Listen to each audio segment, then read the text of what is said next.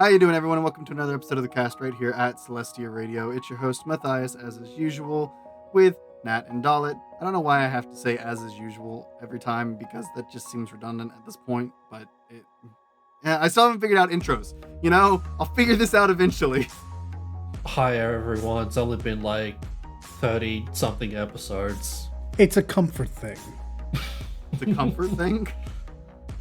You know, if you keep saying it over and over again, the listeners come to expect it, you get it off your chest, so it's good. It's like a batting stance. You have to go up and do the same thing every time. That might be why we've stuck with it this long, because it's just become habit, I guess. Do one episode without it, Matt, and see how antsy you get. It'll be kind of funny. You know what? Maybe I will. Listeners, keep your ears peeled. It might be coming. We'll see. So we got a lot to talk about, because we had a jam-packed few weeks of games here to kind of unload about. So yeah, we do. We'll start with the big one, the one that, you know, you've heard us all talk about time and time and time again. And we'll hear us talk about time and time and time again. We're going to talk about Final Fantasy XIV, because Dawn Trail went live, and me and Nat have both finished. Dalit has yet to start. If ever. But he's most likely going to come back. I'll come back at some point, I'm sure. Yeah. So do not worry. We will not mention anything spoiler whatsoever. Absolutely nothing. If anything we mention, we will say level, I guess, if we have to speak specifically on anything, but that's it. No story beats, nothing like that. So you don't have to worry. If you're not done with Dawn Trail yet, or you're starting late, there are no spoilers here to ruin anything for you. So rest easy. We're mostly just talking about our thoughts on the expansion as a whole, now that we're finished with the story and whatnot. So do you want me to start now, or do you want to go? Yeah, go ahead. Okay, so right off the bat, going into early access, right? Because pre-ordered, got into early access, all that stuff. I had to level my Viper, because I was going to play through as a Viper, and I will say, to me, and this is just a me thing, it feels like in this expansion they have like expedited leveling. Like, leveling seems just so much faster now. At the very least, at the higher end. Yeah, absolutely. Yeah.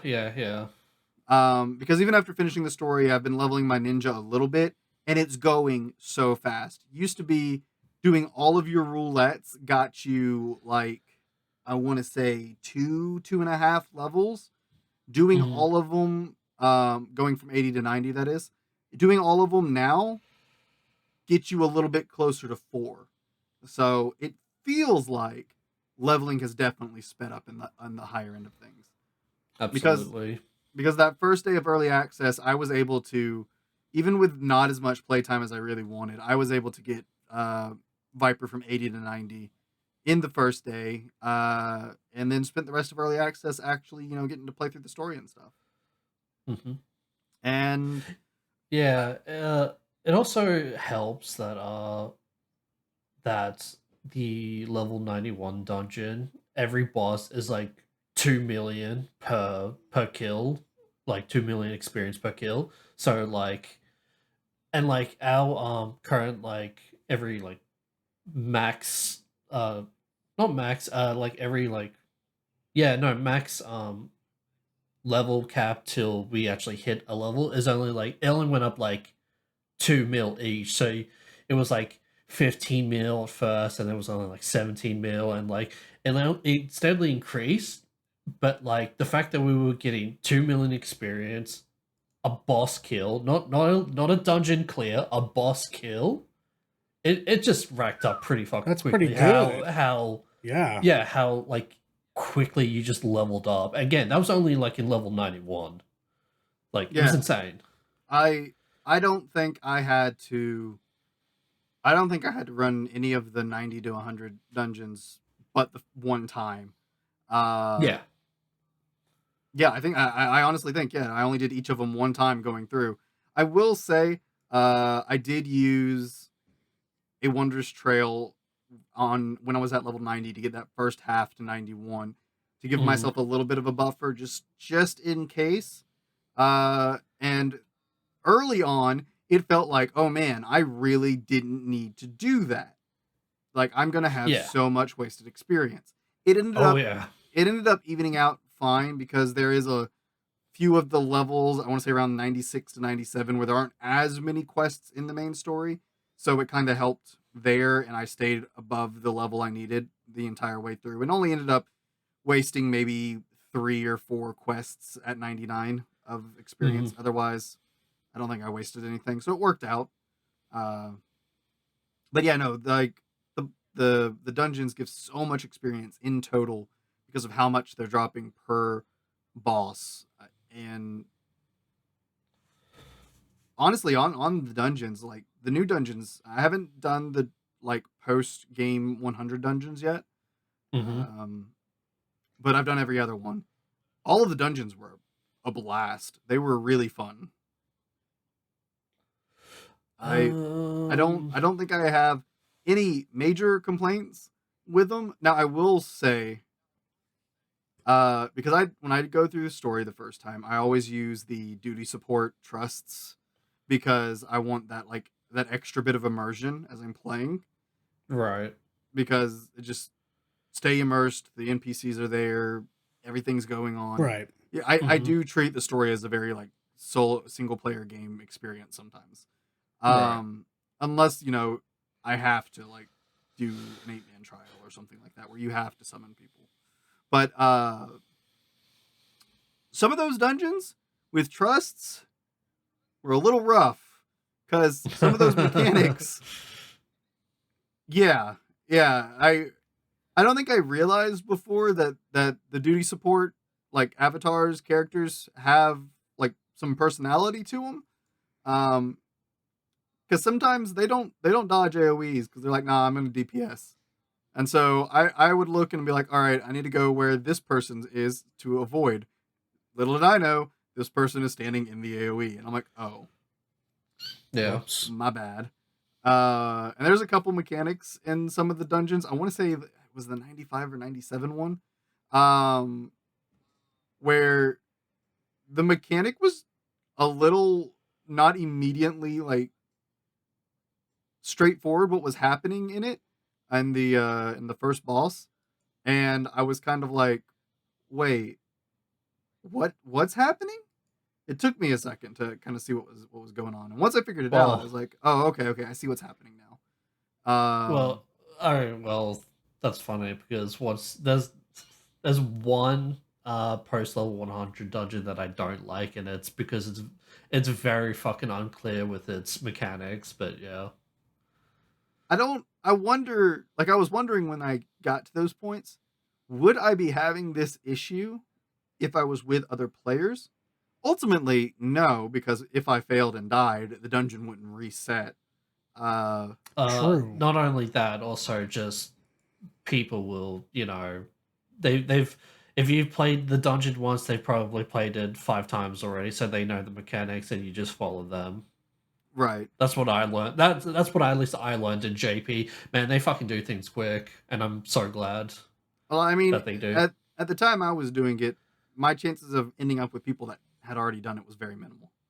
Right. So it I don't know. Like I said, I don't ever get that experience, so I'll never really know, and that's doesn't bother me. But there was a couple Hmm. fights where with the trusts with the NPCs where I was like, ooh, that was a little rough.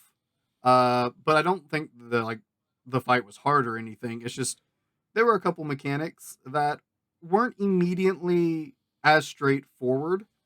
Um, and I like that. I'm glad to see that because it gives a little bit of spice to the mechanics we've been seeing for years now, right? Oh yeah, So that was absolutely. really cool. Like honestly, like from a gameplay perspective, all of the fights, trials, dungeons, everything was a lot of fun. And I'll Hmm. say there's a lot of fights that really, really push your like situational awareness with what's going on in the entire arena and outside the arena in this expansion. I've like from what I've done so far. Yeah. Yeah, no, I agree with that. Like the second trial was so Mhm. much going on outside the arena you had to keep up with. Like, geez. Yeah, I know what specific mechanic you're thinking of, but yeah. It's but ultimately I found that really fun. I think they did a really great job. All of the fights felt really fun. Um I think the only time playing through of everything that I've played through I had any difficulty with was the story mode level 100 dungeon. There were some mechanics in there that, and I talked with a friend of ours, Say, about this, and Mhm. she was telling me that yeah, that like normally when like an enemy's casting something, you have when the animation goes off, like or the animation is going Right. off, Yeah. you have a few seconds to move while the animation is still happening. Yeah. But there were some mechanics in there, and it's been a while since I've done the dungeon, so I'm explaining it poorly. Uh, Not like when I first did it, but Mhm. there was like the timing was weird. It wasn't what it normally was. Like you had to be moving way in advance before those animations were going off, or you were still getting counted as hit. Uh, Did you recently change your internet, no, by the by? no. I was going to chalk it up to latency, but now I'm not sure. Well, when Whether I was Is talking with our friend Say, she said there are some mechanics that like were in ultimate fights and stuff that they kind of snapshot where you are, like before the cast bar is done. So yeah, it, I wouldn't focus on animations. I'd worry about the cast bar itself. And Oh, animation. Yeah, no, I was just because of habit. I was thinking, well, if you move before the cast bar is finished, no matter what it snapshots you, you're out. yeah. But you mean like the actual animation of the creature? yeah, Mhm. I'm talking about the animation of what's happening because like This is why I focus target everything. it's weird like how I'm not describing it well like I did when I was talking with Say, because when I described it to her she understood what I meant perfectly, and now it's been a bit. Right. um but it's like normally when a boss finishes casting their attack and the animation goes off, you can Yep. move while the animation's going off. um and then the next attack will happen and then that animation goes off. Right. That y'all Right, it's because the animation usually begins at the point of the cast bar just Finishing. almost ending. So you Yeah. have a couple of frames to move out of the way before Right. So death. the way I've always done it is once that cast bar is finished and that animation starts, that's when I start moving because I know. No, No, can't do that. you wanna move before the cast bar is finished. Yeah, I can't do that, man. I'm surprised excuse me. I'm surprised you've been able to do that up until now, to be I did it when honest. we were raiding just fine too. I've Oh, yeah, no. If we had known that, you would not have been doing Yeah, but I that. mean I never had issues. I never ate anything that I didn't need to eat. Like it Mm. always worked out fine. And that's how I've been playing the game for years. But Oh man, that's just getting lucky with bad habits though. Because that is like Yeah. genuinely that is not how you're supposed to Yeah, this game resolve yeah, those. this game is very much you need to act before the cast bar is finished. well, I realize you need to act before the cast bar is finished. I get that. So, but the way it was working is like I always had time where that animation would start and like that cast would finish, and then the next one still had time before it was finished. So I I had mean, time to unless you have move. super low latency, bro. Yeah, as Dolan said, you are lucky with bad habits, because holy. Yeah. That's Even with low latency though, I mm, wouldn't do that myself. It's never been an issue, but now it was very much an issue. I struggled on that first okay. boss because it was if I was half a second late, like there was zero forgiveness. Like it was I was Right. getting nailed by everything. Um and I didn't and I don't know. So it was Hmm. it was rough, Okay. but maybe I've just never had an issue before. I don't know. I don't know. But again, maybe I'm explaining it poorly too, because this isn't something I've done recently. That's So, fair. but yeah, other than that one fight, I had no issues. Final fight, no issues. I died one time in the final fight just because I got targeted by like 6 mechanics back to back, and I just couldn't react to all of them fast enough. I was just like, oh god, Mhm. why do they keep targeting me? Um, Other than that, I had no issues, and honestly, I enjoyed the challenge of it all, and like not to say it was difficult, but just there was it felt like there was more to do than normal, I guess. Right. Yeah. And yeah, leveling Yeah. was quick. It was fun. I leveled, like I said, in one day 80 to 90 without doing dungeons. Like that was just fates, really. Yeah. Even Fates are pretty good on experience as well. When I saw the 91 Fates were giving like more than what Boja Fates were giving, I was like, holy fucking shit, bro. Like, goddamn. It's like they've really so I think it was like since Shadowbringers, they realized that leveling crafters and gatherers fucking suck. So they just gave crafters and gatherers just a shit ton of fucking experience. And it seems like in this expansion, they're like having that same mindset for like just leveling in general because like everything gives I you mean, it makes so sense much though, right? experience. It's like, yeah. Well, yeah, because like I don't want to say Like leveling isn't content. no, it People get isn't. mad at me occasionally for saying this. Leveling is not content. Yeah, Unless no, you're this leveling Leveling blue is mage. almost this never. Yeah, but even then, I mean, the real content is getting the spells, not yeah, making the class exactly. number Like, go up. yeah, this isn't World of Warcraft Classic where leveling is the content. That is not the case here.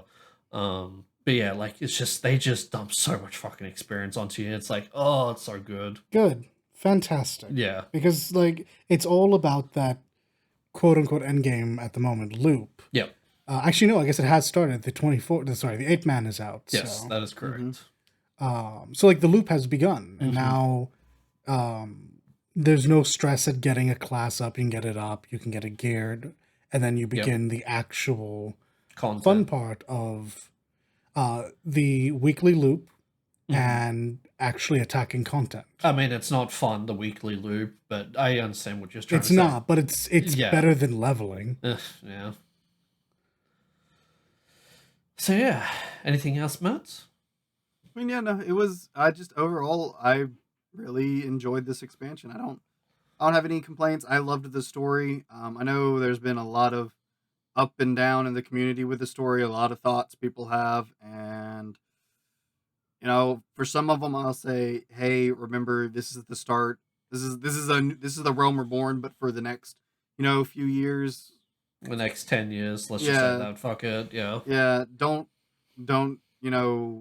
take everything so seriously. Like if a Realm Reborn was this good, holy crap, I can't even imagine. Yeah, exactly. So it's Everyone pretty much has this still above a Realm Reborn and Stormblood. So honestly, how bad can it be?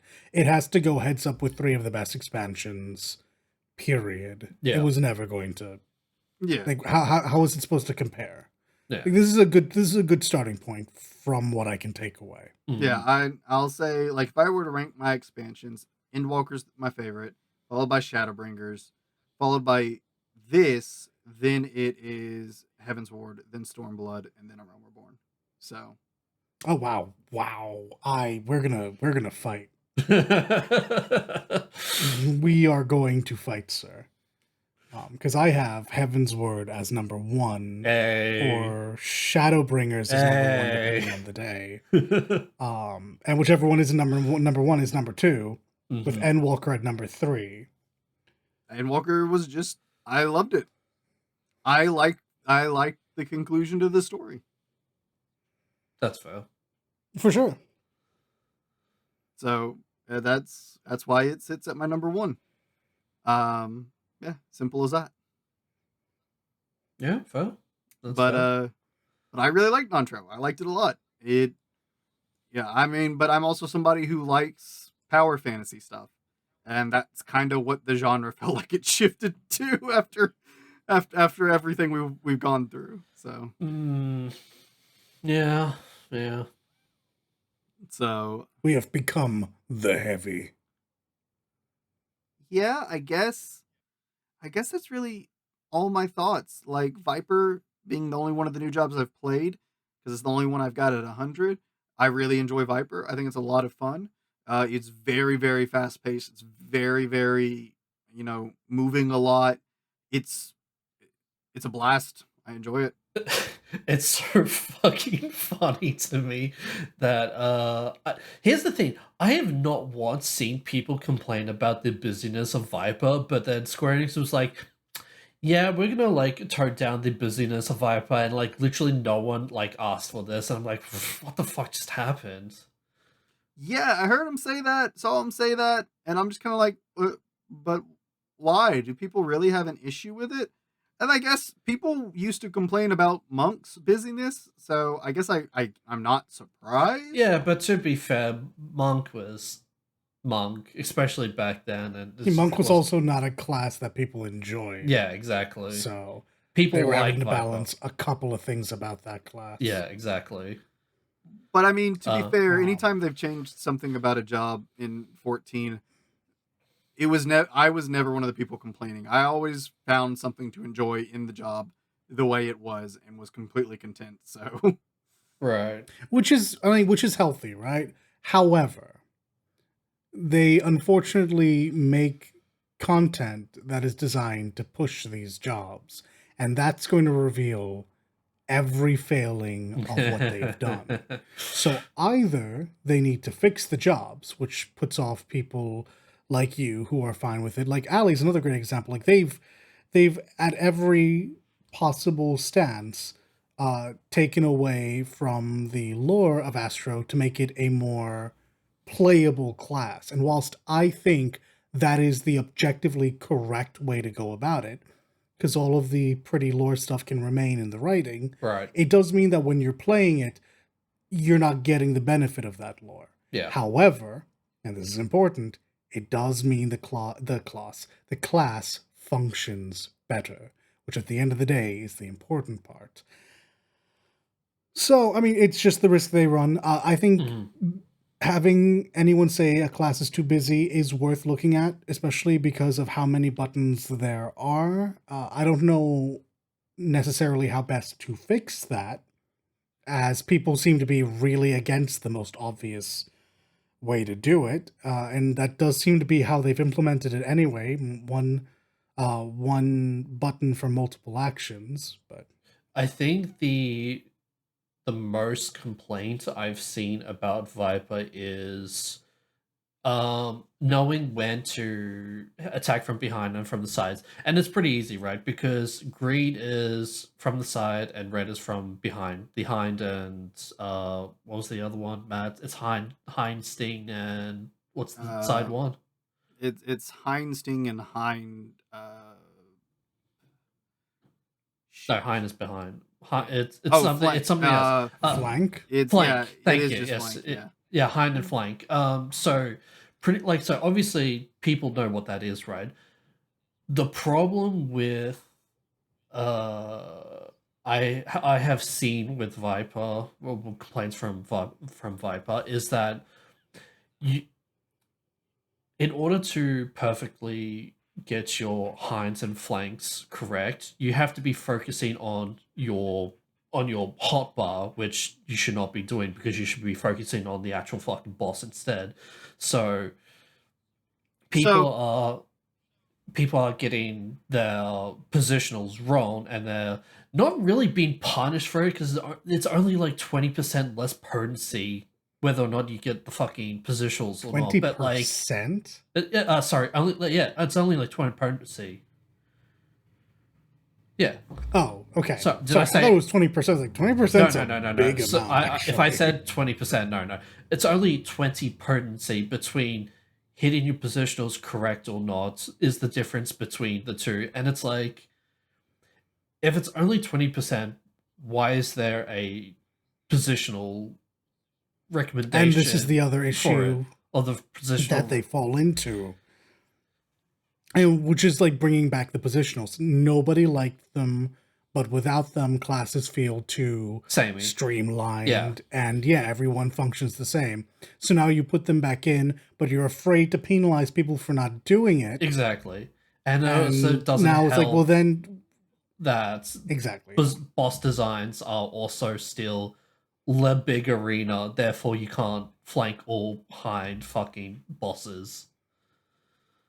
So it's just Some bosses, yeah. But for most of the time, bosses, if they're that big, they don't actually have. They have one of those omni zones on them. Yeah, but still, like, what's the why? I mean, why? Yeah, it kind of negates. Why have positionals at that point? And yeah, it negates the purpose of giving them positionals when you do bosses that have that to an extent. Mhm. So yeah, I get what you're saying. But as for people like not being able to pick it up, yes, there is a color code to it. But I know the immediate response to that is, well, what if you're colorblind? Okay, that's fair. Oh, that as well, yeah. But it's always one and then the other. It's always one and then the other. It doesn't deviate. It's always flank and then rear, flank and then rear, flank and then rear. It's back and forth. You're correct, but like again, people aren't looking at their keybinds, especially in the heat of a moment, especially in a X trial or a Savage. They're not. You don't have to look at your keybinds. It's always going to be flank and then rear, flank and then rear, flank and then rear. Whichever one you did last, you're doing the other. Maybe. I can't speak to this. I mean, that checks out, though. That's how classes tend to go. Yeah. And honestly, all this goes away in a month tops when everyone has their muscle memory down. And then it becomes an issue when you learn a new class for a couple of weeks and then you get through it. Yeah. No, you're right about that. Yes, especially since it is a new class. It's just muscle memory, just getting to that point. Mm-hmm. But yeah, like it just does bring up the question again: what's the point of positionals if you're not being punished, but there's a requirement for it? It's a weird one. I don't think there's a good answer to this, honestly. I legitimately think it's just because it's just an outdated. There's a great answer to this. People just don't like it. It was get rid of positionals. Yeah, I mean that's what I mean by there's not a good answer to this because people don't like that. So yeah, there's no answer. This is one of those times. This is one of those times where there's a definitive answer. People just don't like the answer. Yeah, there's no answer that everybody's going to be pleased with. It's an outdated legacy mechanic from A Realm Reborn that's just not gone because even though the times have changed. Yeah, but furthermore, and I don't like saying this because it makes me seem like exceptionally negative towards 14, and I'm not. It's because the classes aren't that well put together. Like this is still an MMO with some really weird animations. Like your classes just aren't actually that dynamic. Right. Yeah. So you have to do things like this to force movement and to force dynamism. Nope, don't use that word. That is wrong word. To force a dynamic that otherwise wouldn't be there. It's not like a true action game where I mean, I hate to bring it back to Kingdom Hearts. You don't need positionals in Kingdom Hearts because there's so many other things you have to or you can keep track of. Mm-hmm. Granted, also you're playing a red mage, like a real red mage. So you're already balancing physical versus magic and all of that. Aerial but by being an MMO, by being restrictive in this way that MMOs have to be, they have to find all these other ways to force us to force variety in, and it forces us to deal with it in kind of specific ways. So, I mean, if you get rid of the positionals, we just never have to move, except for when the ground AoEs come out that force us to. Well, if you have positionals, we're forced to move in a specific way. So is it really that different? Well, the dance remains the same. Yeah, exactly. Obviously, personally, I'm still going to move because I get really bored very fucking quickly, especially if I'm standing in one fucking place. when a mechanic is not happening, I should say. But like when you're literally just sitting there and just DPSing the boss from behind, I'm gonna fucking move because like I need my brain to fucking keep on being engaged with the fight until the mechanic happens, and yeah. Mm-hmm. So So any that, other but thoughts you want to add on or share, or you got them all out there during that night? um, I like the first half of Dawn Trail, and what I mean by first half is 95, pretty much. Without getting into specifics, the end. Okay, so Matt, you know how the thing happened, and then and then we were allowed to go to the 96 area. Mm-hmm. The North That is what, continent. yeah, that's what I consider the first half of the expansion, right? Okay. So I like the first half of Dawn Trail. I actually like the 96 area that we went through. That was nice. I like that. But when the big thing happens, that's when I'm just like, that's why I'm like a little bit shaky on it. And then we got more into it. I'm just like, I personally do not like this. Again, not trying to get into spoilers or anything, but I did not like anything from. There's a couple of things, but I did not like the expansion from 97 onwards. I have some quips with it, but I'd say overall, I think I still prefer that section. Mm, mm, it's just weird to me. The lore that came out of that was incredible, and I can say happily, as it was happening, I had a theory that I kind of posited into the aether, and then I ended up being proven right. And I'm like, heck yeah, I know my Nice. lore. I know how these writers write lore. I got It's it. yeah, that's also another thing. I wasn't 100% correct on my answer, but I was in the same ballpark, so I was technically correct. But yeah, I was also like I'm understanding how the fuck you writers write this fucking game now. So, So yeah. and I think it's a super awesome setup for future expansions. At the end of this, I super super good setup for that. What we're doing in the patches before the next expansion, I got no idea on that one. That one I'm just kind of like, I have an idea, but again, I'm not going to say it because spoilers and all that. But I think I have an idea. I can think of one thing Okay, and one but thing just to only. move, hmm, just to make sure no spoodlers, I have a question about Dawn Trail. Okay. Because it was a big deal leading up to it. How are we actually feeling about the graphical update? Was it worth making a big deal over? Is it barely noticeable? Oh no, How do it's we actually feel absolutely about the changes noticeable. made? It's definitely noticeable. Okay, fantastic. Yeah, Tell it's me about absolutely it. yeah. I personally like it. I can actually see the scales on my character because I play as a male Alvaro, and it doesn't look like fucking just disgusting mess. Yeah, I It think actually the looks like I have definition on scales. characters looks really good now. Like Yeah. you can the lighting is incredible. Like Hmm. that the lighting alone kind of blew me away. Like I was like, wow, this lighting is solid. Really really enjoyed the lighting and what it did for stuff. So Yeah. I'm never Ten. somebody who pays super close attention to graphics, especially in like an MMO. So Yeah, I'm not the exactly. best person to answer this, but I can say I did notice a difference, and I do quite like the changes, at Hmm. least from what I can Hmm. see. And I from what people have been like screenshotting and showing comparisons online, I'm like, Oh yeah, my god, all yeah. the There's female some Hrothgar players, holy shit. Oh, no, fucking just 10 out of 10. So good.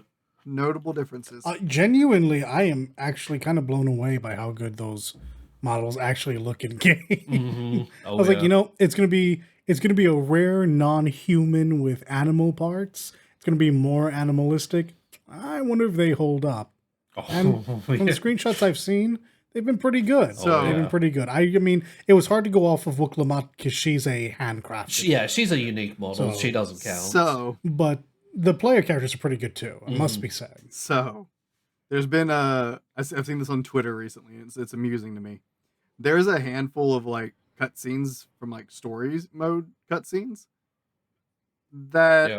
I know what you're gonna say. that I don't think they quite went and yeah. checked Yeah. with the female Hrothgar models, because Yeah, the fucking Shadowbringer one. Yep. I've seen some clips of different cutscenes where the model doesn't quite line up with what's going on. Like the big obvious one that I think everybody's seen is like the Ardbert fist bump from Yeah. Shadowbringers. Yep. So Yeah. I think that's really funny, but it's so few scenes. I guess they just kind of missed a couple. Though it is really weird that some of those scenes are pretty big scenes that somehow got missed. It's just a shame. Which I'm sure in a hot fix or a patch they'll fix that. Anything else you want to add in there, Nat?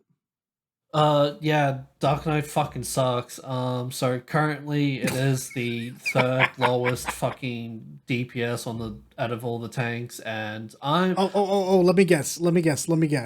Gunbreaker, Warrior. I might have gotten those backwards. It might actually be Warrior, Gunbreaker, Dark Knight, Paladin. yeah, I genuinely hate the fact that you are fucking correct, because for some fucking reason, Square Enix was like, yeah, we're just gonna give Gunbreaker 1,200 potency fucking abilities. Yep. So I mean, so here's the thing. Here's what maybe I don't understand. Gunbreaker defensively is okay. And as far as tanks go, in my opinion, it's kind of trash. So like it should be the DPS tank. Like that it's literally all it has going for it. Well, that in Heart of Corundum, which is amazing. Warrior, however, I am convinced a major dev Bias? is a warrior main. yeah. Yeah, I like a major dev that deals with either balance or like some major aspect of the game is a warrior main, and they don't ever want to struggle on anything ever. Because warrior, and I like warrior quite a bit actually, is so comfortable to play and does so much damage and can even pump out a kind of gross amount of healing. I don't know why that class is so overtuned. Meanwhile, Dark Knight is suffering to try to keep up with Gunbreaker. And I personally think that Dark Knights are more survivable, but I've been told I was wrong about that. No, you are wrong So, on that. That fucking... Yeah, see, I don't see it. I think that base stats, I have always felt way more comfortable on a Dark Knight than I ever do on a Gunbreaker. I always feel like I'm just about to die on a Gunbreaker. You know, the warrior having a dev playing the warrior thing makes perfect sense, because like I'm convinced of this. The reason Black Mage is still probably the most complicated class in the game is because Yoshi P plays it, and he likes the complication. Yes, yeah. Not to get off of topic, because I do want to hear the rest of Nat's ideas on Dark Knight, because I did interrupt him. But to that, isn't Black Mage currently, quote unquote, because I'm not playing, isn't it really struggling right now? Yeah, apparently so. Picto is doing some nasty damage right now. Well, yeah, Picto's blowing everything away, but apparently this felt like a weird comparison, so maybe it'll make more sense to you all playing 14 currently. People have been comparing Black Mage to Ninja, like Ninja's out damaging Black Mage, and I was just thinking to myself, that's a weird comparison. These classes have nothing to do with each other. Then I remembered, yeah, but I don't know if Ninja should be out damaging it. Yeah, because Ninja is unfortunate. Ninja is a utility, and like I guess you would say it is very much a burst DPS class, because you have those like windows of high burst, whereas Black Mage is like a sustained high DPS class. Is what it's was it sustained? I thought it was burst.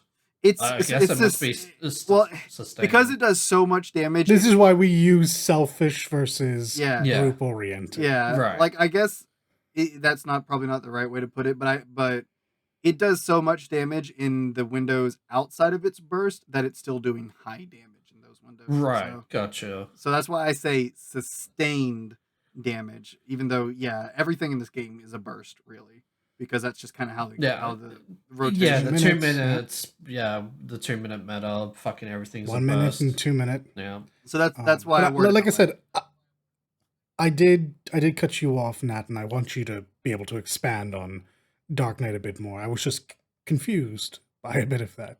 So what's going on? What's going on? So it's just nothing's changed since Shadowbringers. Like Yeah. that, I've literally said this on cast and in streams that like it's literally just Shadowbringers 1.3, and like nothing's fucking changed. It's just more damage, Oh, and it's Shadowbringers. I'm sorry, I didn't go back far enough with you. Yeah, You went back 2 expansions. Yeah. That's actually unfortunate yeah, to hear. it's exact same play style, more damaging abilities. I will say that the Scarlet Delirium, there we go, I can speak. Combo does mix it up. Instead of just doing 3 blood spillers in a row, we do a combo, so it feels a little bit better and not as boring, but it's still but it's still Mhm. but it still just does the exact same job. It just does damage, and that's it, nothing else. But like Well, it's to confront you on that a bit, because I say the same thing about Bard. So Mhm. first and foremost, I feel you. But Thank you. to push back just a bit for sake of the conversation, Okay. isn't that the point of a class that's in a good space, is to not see change and have the new 2 or 3 abilities just be added on so your class continues doing what it does, but with more damage or with better sustainability depending on your role? That's really hard to answer without just giving a double Yeah. answer, because in a vacuum, you are absolutely 100% right, Dolan. Absolutely. Right. But because this is not a Yes, vacuum. no, I feel this. Yeah, and like it just very much comes down to personal enjoyment rather than community enjoyment, if that makes sense. No, I get it. Like, I asked that question, but like I said, I feel you on it. Yeah. Because playing the same thing, whilst it might be effective, is fucking mind-numbing. Yes. Which is why I wanted to leave Bard, despite, like you just said about Dark Knight, Bard seems to be more Bard. Yeah. Which is like the best thing that you could do for consistency's sake. Yeah. But I need something. I need a different game to play inside my game. So I just decided I'm gonna be a white mage, or I don't know, a gunbreaker, or if I ever come in and I find out what Picto and Viper is like, maybe I'll resonate with one of them. I Yeah. just figured out what we're doing in the patch story of this expansion. Hoo-hoo. I just happened to get a notification on Twitter, so I opened Twitter while y'all were talking. Okay, you're cheating, bro. Well, I opened Twitter while y'all are talking to see the notification, and I'm like, oh, okay, and I shared it in our Discord. But then I closed that, and it brings me back to the Twitter home feed, and there was just a interview question with Yoshi P, and I was reading it because I'm like, oh, this is relevant. Is it something worth mentioning? And I'm like, oh, okay, that might mean that's what we're doing in the patch stories. Got it. Mm-hmm. So, but you can't just post that in the Discord, Matthew. Yeah. Totally. We're gonna talk about that in the future. Yeah. So I get the, I don't know, I get the job thing like as a whole, because I don't think any of the jobs are in a state that feels the most fun to me. Like I think I think the game itself is fun and I enjoy playing it, right? But the classes are homogenized as all shit. Like, yeah, like, all of them. This is not just a tank problem, but because I play specifically tank, I just feel the effects of tank homogenization the Yeah. most. So, I mean, I get it. But this part of why I really enjoyed Viper, because it was a little bit different, at least. Oh yeah, absolutely. So, Exactly. Yeah. All the new classes always feel good for that. Yeah. It's always a big shakeup. Yeah. so yeah, I get what you were saying. That's what I Yeah. was trying to say. Is I follow along. Yeah. For sure. And it's just like, obviously we're at this point in both like just like the balance and the devs mentality where you can take whatever the fuck you want into a raid and complete it, but there's this thing called a community, and community has a lot of people and a lot Yeah, of a lot of variety of opinions, people. too. Yeah. And you know, some of them are math wizards and will literally just figure out what's the best of the best, and they will set that up and just clear it with ease, or maybe not ease, but like a little bit more breath compared to you know, getting closer to the what's the, not the aggro timer, what's it called, the one that hits like a certain amount and does like the Enrage. enrage, thank you, yeah, the enrage timer, so they have a little bit more breath to work with instead of like trying to DPS away from the enrage time and all that shit. But yeah, so it's just one of those things. It's like, yeah, I've just resigned. I'm just like, yeah, just whatever. They say they're gonna fix Dark Knight and a few other classes in 8.0, and so I'll just wait till then. We'll see what 8.0 says, because the way Yoshi P said, that's gonna be the biggest change we'll see in a while to jobs and stuff. So, but we'll see if that ends up being the case or not. Is we've got a little while to see until then. Yeah, I think just like my biggest complaint about Dark Knight is I'm still being punished for using the Blackest Night and that thing, that shield not popping, because it's really weird because the dungeons themselves, like the dungeon pack mobs, they do a shit ton of fucking damage. Like they're hitting like 6k, 7k, 8k just on fucking auto hits. There's some that just does 20k. The yeah, like the mob packs actually do damage in dungeon, but the bosses still don't do any fucking damage in dungeon. So it's like the only boss that reliably does damage are trial bosses.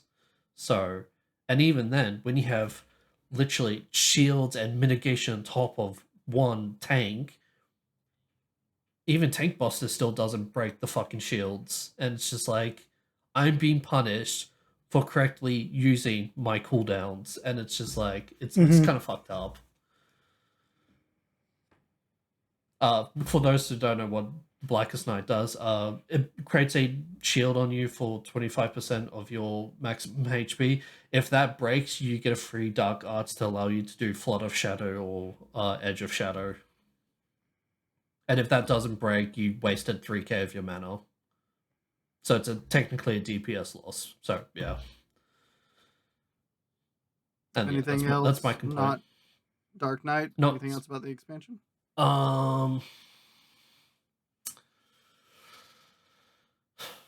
Think we pretty much covered it all. Yeah. This is just those are my thoughts. I like the first half of Dawn Trail. Second half, not so much.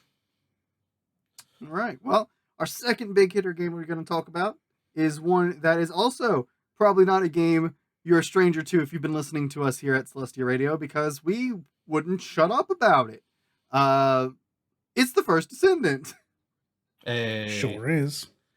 All right, Dalit. I was saying, I think Dalit can say the most, because while me and Nat were busy with Dawn Trail, he was on that grind and he was in that game doing all the things. So let's hear it, Dalit. Give us your short review of your play so far. Okay, so I'm 90 hours in, which sounds like a lot, but I promise you for a game like this it's no time at all. Mhm. I'm on the low end of people complaining about this game. The game is a Warframe clone with some Destiny-isms, Mhm. and that's that. I can tell that this is a lot of people's first times with a game like this. I think a lot of people, when they think of looter shooter, do think of Borderlands, and that is not what you will find here. No. The First Descendant has an absolutely god-awful story with absolutely mediocre characters. However, the gunplay is pretty good. Mhm. The skill play is much better. Yep. So, I have managed to find 90 hours worth of content in this game. Well, Getting that's through the good. story is step one. Honestly, the game, it'll seem like there's a game before you beat the story. There is not. The entire game actually starts once you've beaten the story, once you've unlocked hard mode. Then you can do all the things that you're expecting to do. All the rates for things in the game's double, which means some things that were 2% are now 4%, or if you're really lucky, 6%. Ooh. And as you can imagine from those, from those percentages, the grind is real. Yep, I hope you like grinding. I genuinely hope you don't mind grinding because you're going to be here. At point of recording, I think I only have 6 characters unlocked, 4 of which are gimmies. Viessa is literally given to you at the beginning. Bunny is practically given to you next. Yep. I have Sharon, who surprisingly enough took me 3 days to get, but we won't dwell on that. Blair and Freyna. And Valby, which is the one, sorry, there are 5 that were given. And Valby's the one that I actually had to farm to get more than just the 4 pieces that are gimmies. She has actual content behind before you can get her. okay. Yeah. I think this game's going to be good in a bit. And it'll certainly be better if you're with people. But I mean, that is always and forever going to be the case for any game. Yeah.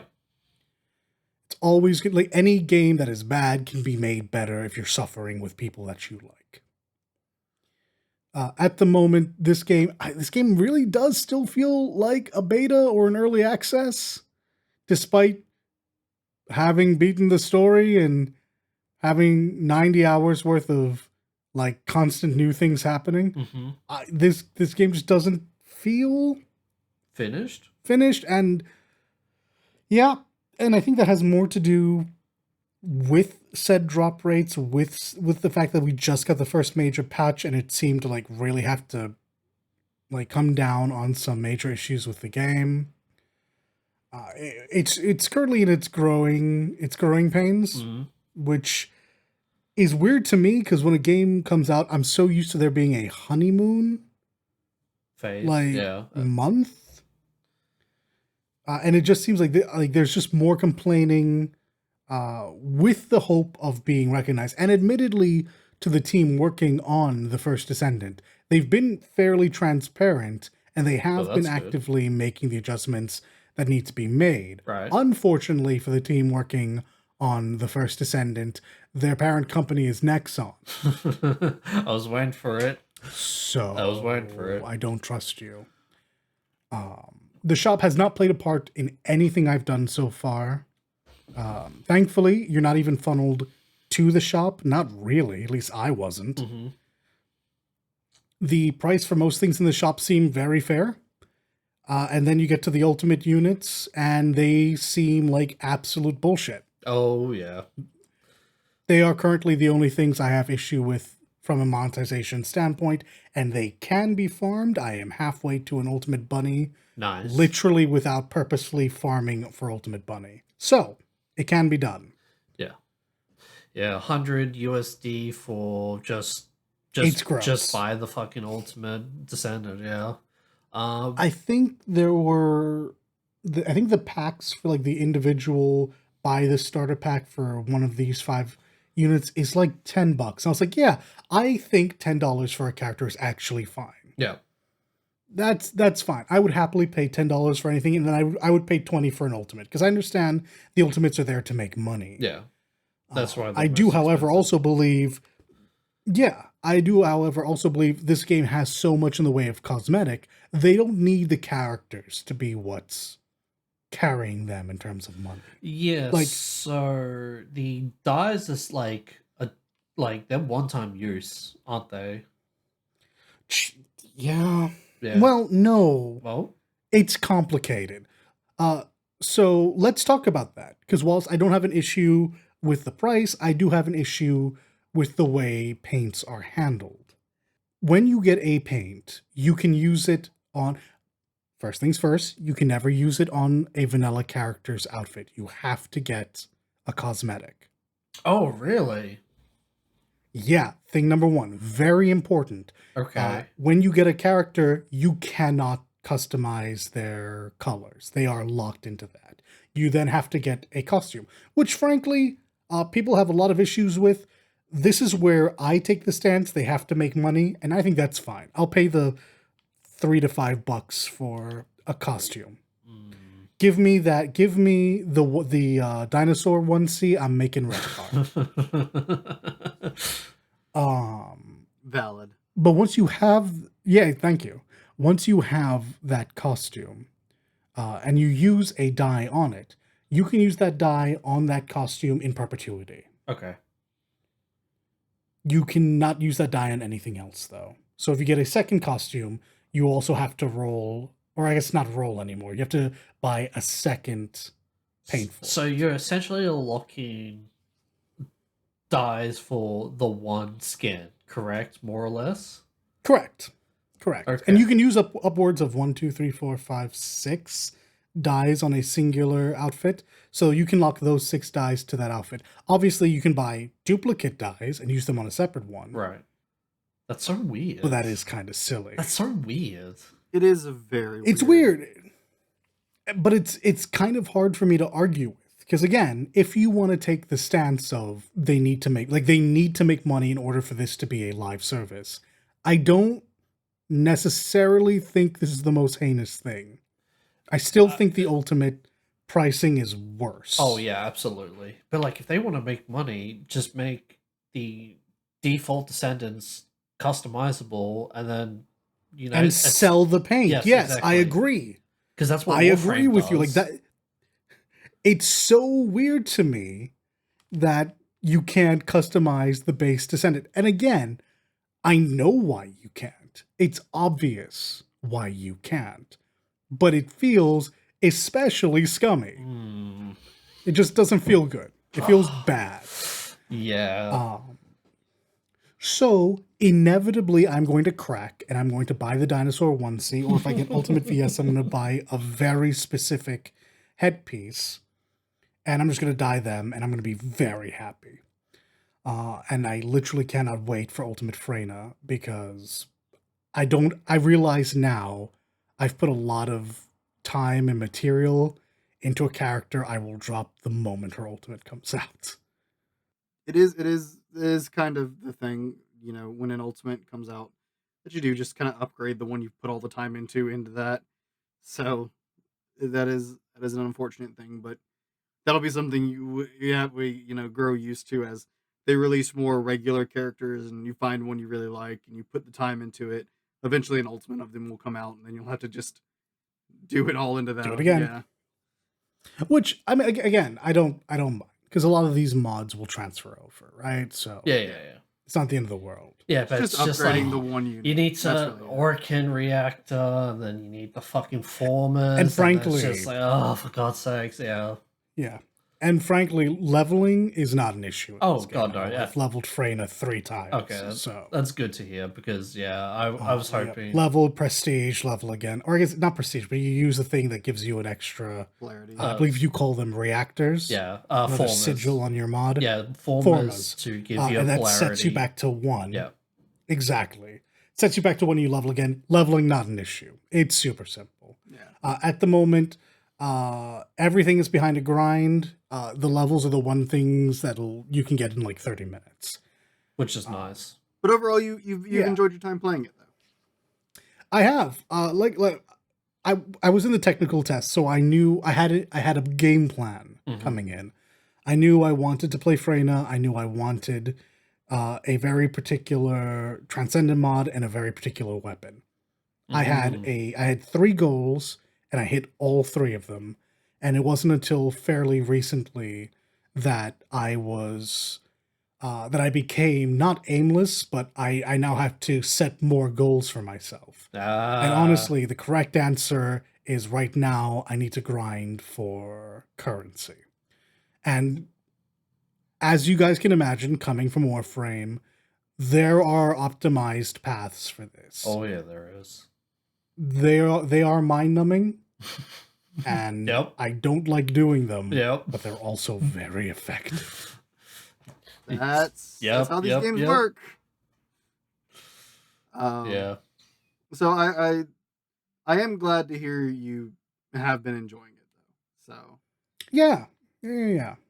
I have mostly good things to say about it. I just have enough negative things that I get really irritated.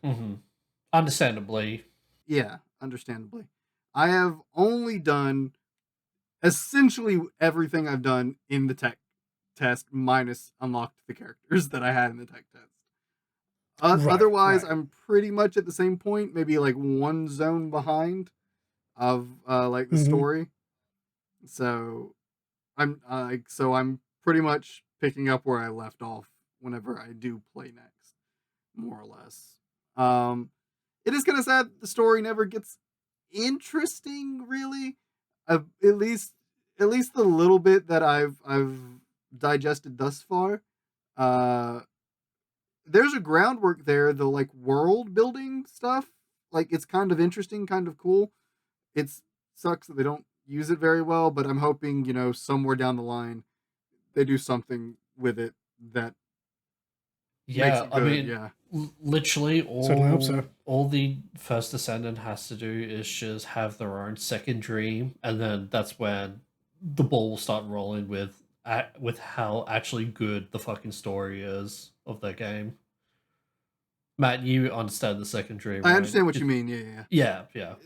In all honesty, they probably didn't put a lot of their budget into the story writing side of their team, and did a very bare bones thing. And when the game starts raking in money on cosmetics and descendants and things like that, they'll probably be able to actually invest in the story if they want to. They may just decide not to. We'll see. It's Nexon.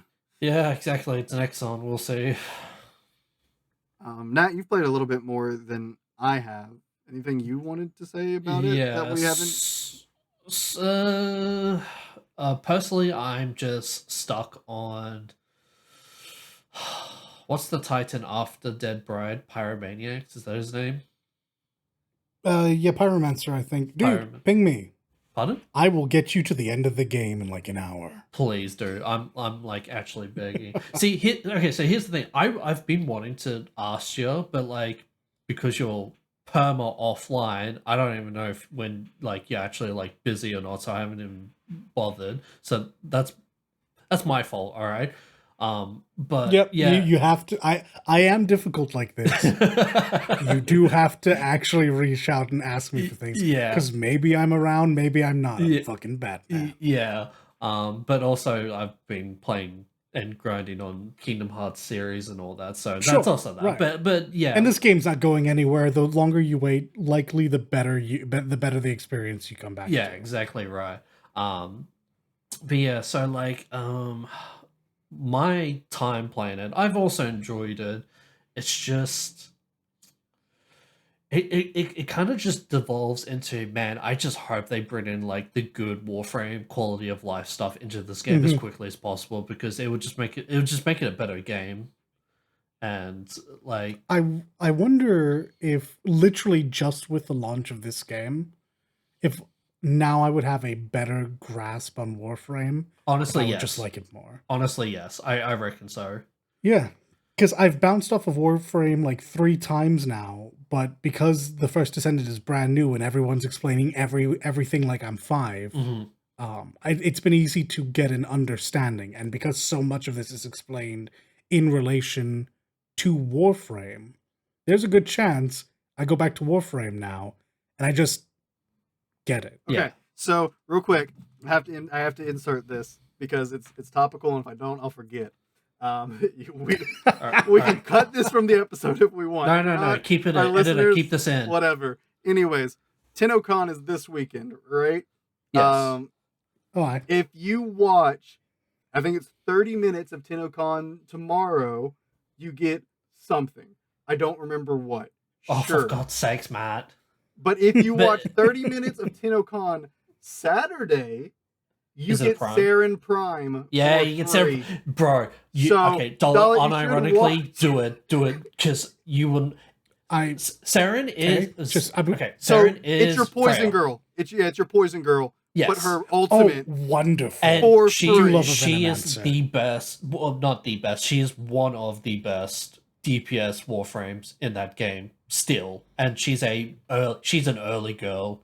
So She's been here for fucking okay. forever. So Saturday, you should open up the Warframe Twitch channel, get that Twitch drop, link it to your Warframe account, just so if you ever do play Warframe, you have that. Because that's a legit. really nice giveaway for free. Yes, I saw absolutely. that Legit. and went, holy crap, that's amazing. But also went, I just finished farming this the last time I played.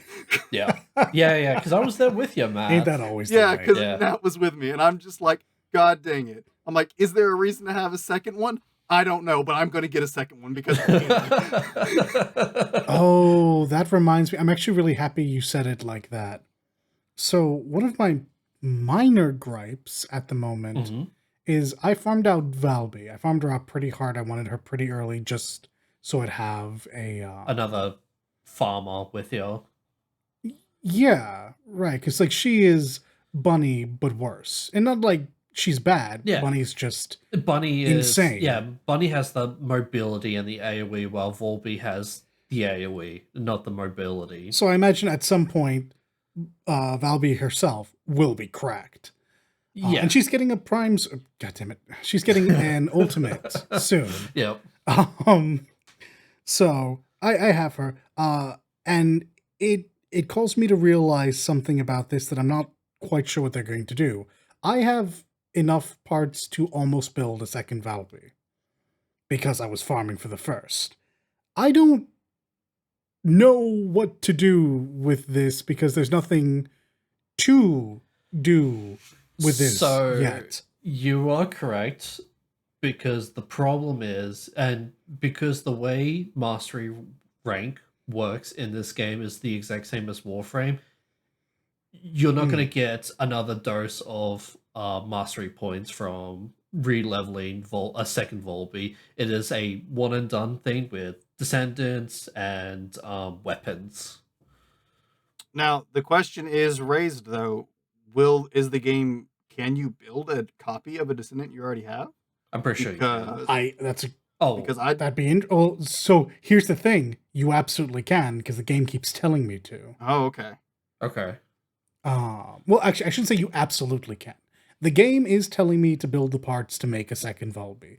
Now, the issue, and this is why I took an issue with it, if I do that, I'm going to have a second Volby, and I don't even know if I'll be able to access it. I don't know if I will be able to actually build it. It certainly won't do anything for me. Yeah. And unlike Warframe, I can reset my character to level 1 and level it up again and get some mastery for it. Mm-hmm.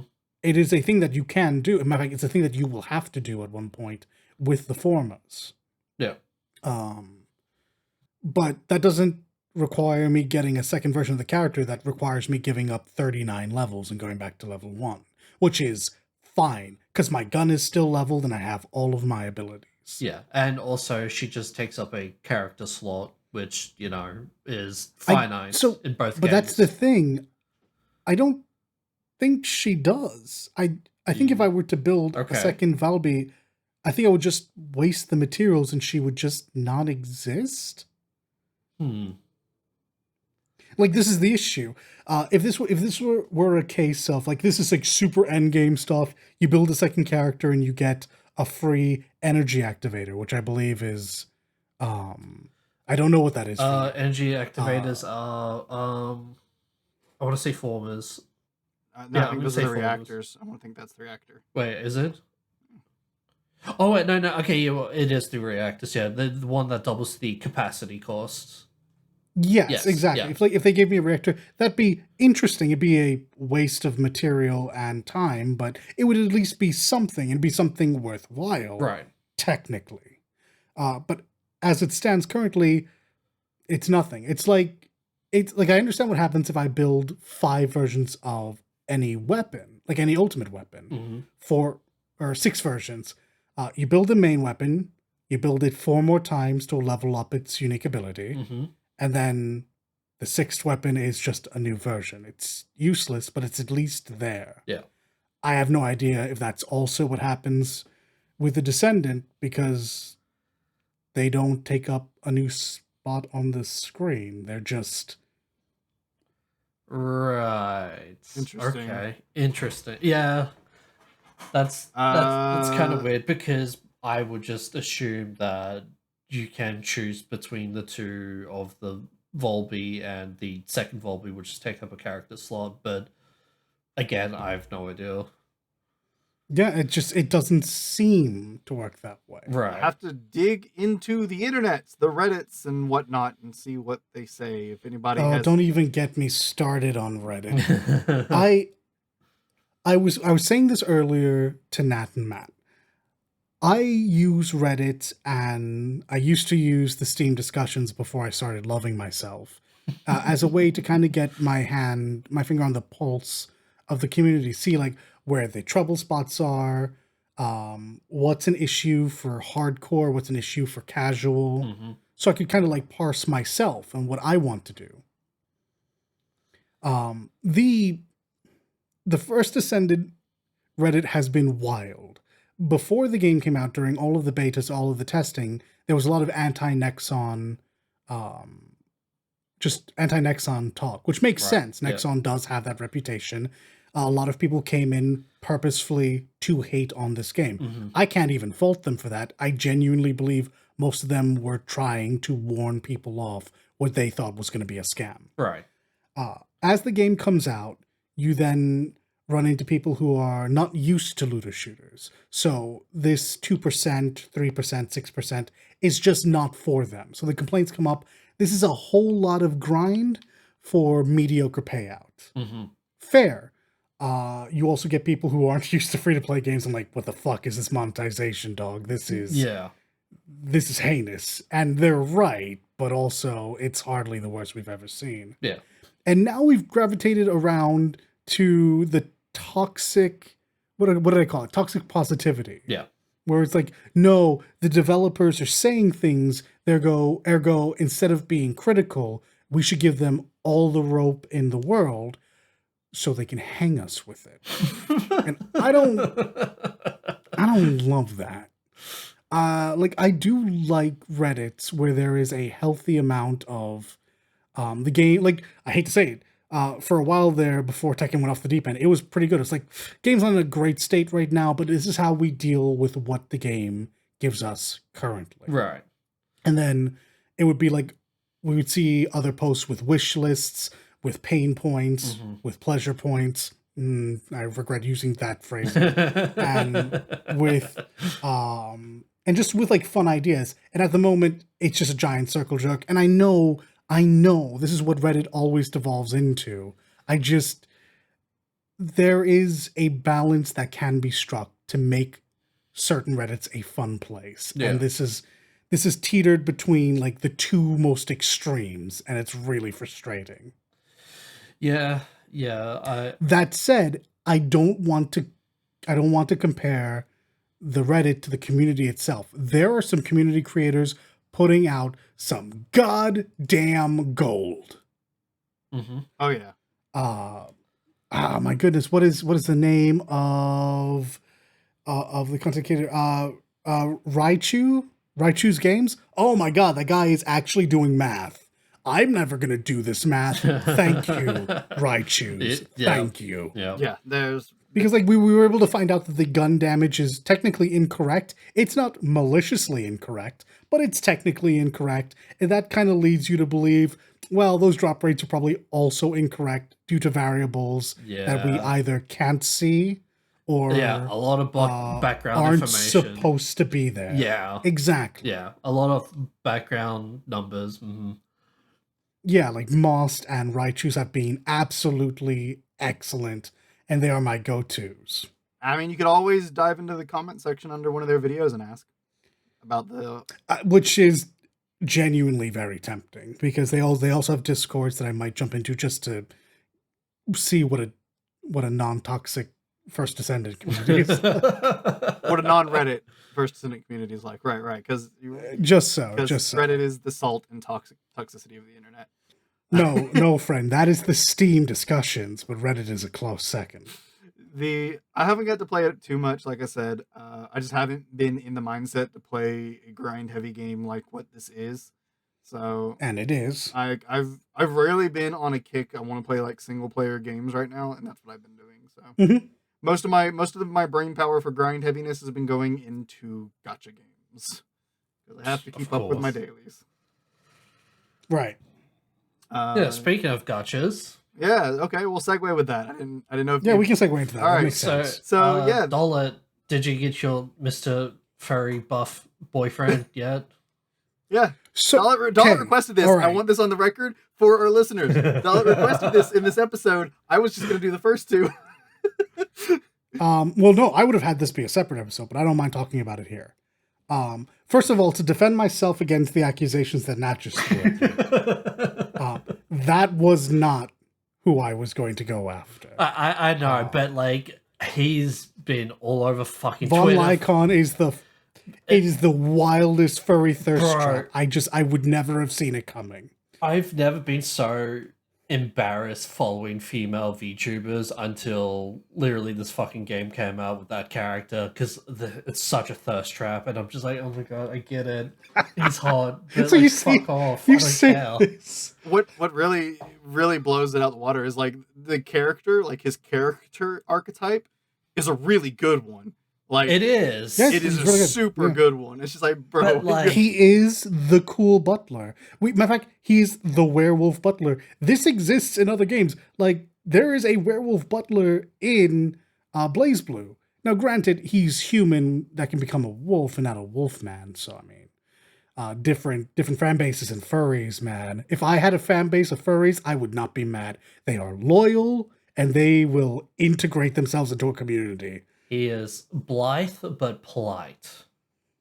Is the best way. Yeah, god damn, but Blythe was also a thirst trap. Like he was also a surprising thirst trap that you don't expect. Yeah. But and to your point, again, the one that stands out is a fucking VTuber. I am now remembering Bao. Yeah. Okay. Bao. Okay. Well, Bao is Bao. Let's be fair. Oh man, Yeah, she was. but- I've never seen someone so down bad for a fictional character, and I've been on the internet. She's like patient zero for fucking just getting all these female VTubers just to thirst over furry men. I'm just like, for fuck's sakes, just Bao thirsts. She thirsts over like a new anime boy, like from a game, like every other week. I think. yeah, but like she Where starts is all of it this lust coming from? Where does she put it? Oh. Like just going off of what I saw for Blythe, I don't know where you could contain that much lust if you had like this feeling once a week. Like, how are you not just exhausted and a dehydrated mess? On the record, I love Bao, just like I love everybody, but it's just it's true, man. It's true. fucking instead of blueberry, she should be a fucking dried raisin. Because god damn, you're right about that, Dolet. She should be dehydrated as all fuck. I'm just saying. The only people I've seen, actually not people, the only person I've seen get truly feral, again, forgive the phrasing, over Wolf Boy is Bao. And Bao, at very least, had a fucking hilarious Twitter upload. But like I've been very lucky to miss most of the like hardcore thirsting over this character. So when I found it, I was like, oh, that's surprising to me, because there's all these there's not all these pretty boys. There's like a pretty boy in the game that I would have expected to be the object of the design. And then I remembered he's a butler. Yeah, that's fair. Gotta love them butlers. So anyway, I pulled him.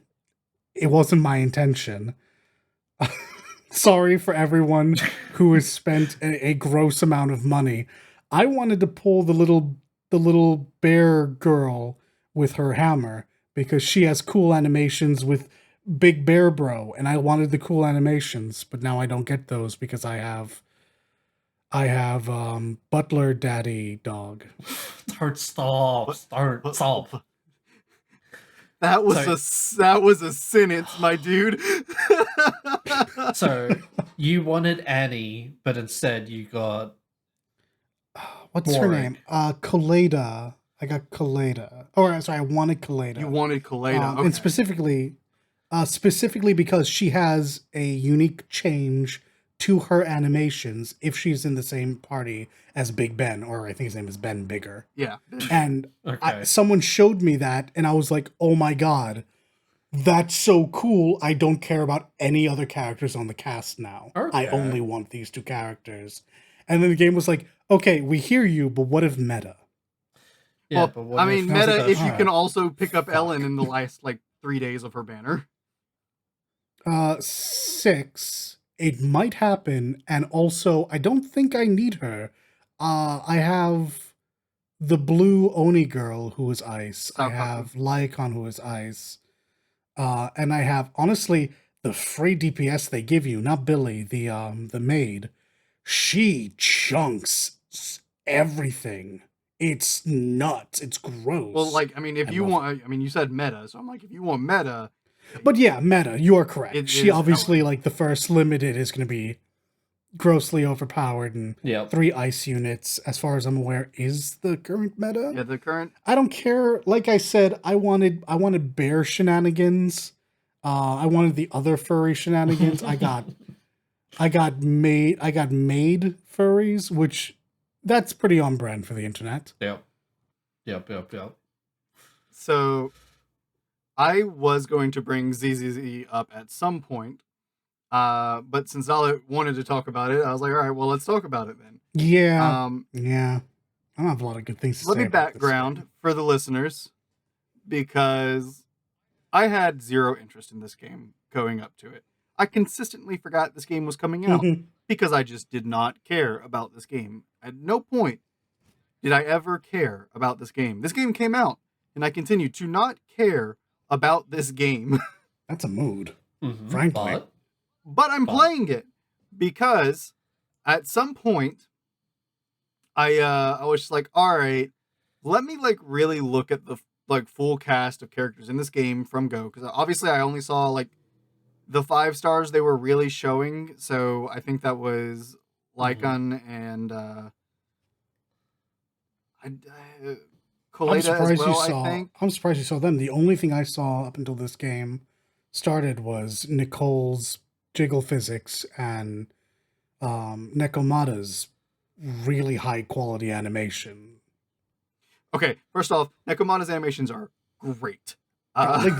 Jesus, they put a lot of time into these characters' animations. And I don't just mean in combat. I mean like anything that isn't anything that isn't just them standing and speaking. If they are animating, they are animating.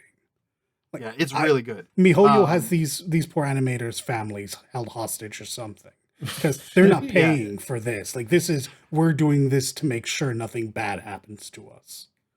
Like, oh my word. But no, so like I saw those 2 5 stars, and yeah, like you said, it was a lot of Nicole, Billy, and Andy. Like Billy as well, yes. Billy does animate quite well. Yeah, I mean that's all I really saw about this game for the most part. And I'm just like, can't say that I care. Didn't really jive with me like aesthetically either. Like, not that I dislike the aesthetic, it just wasn't something that stood out to me.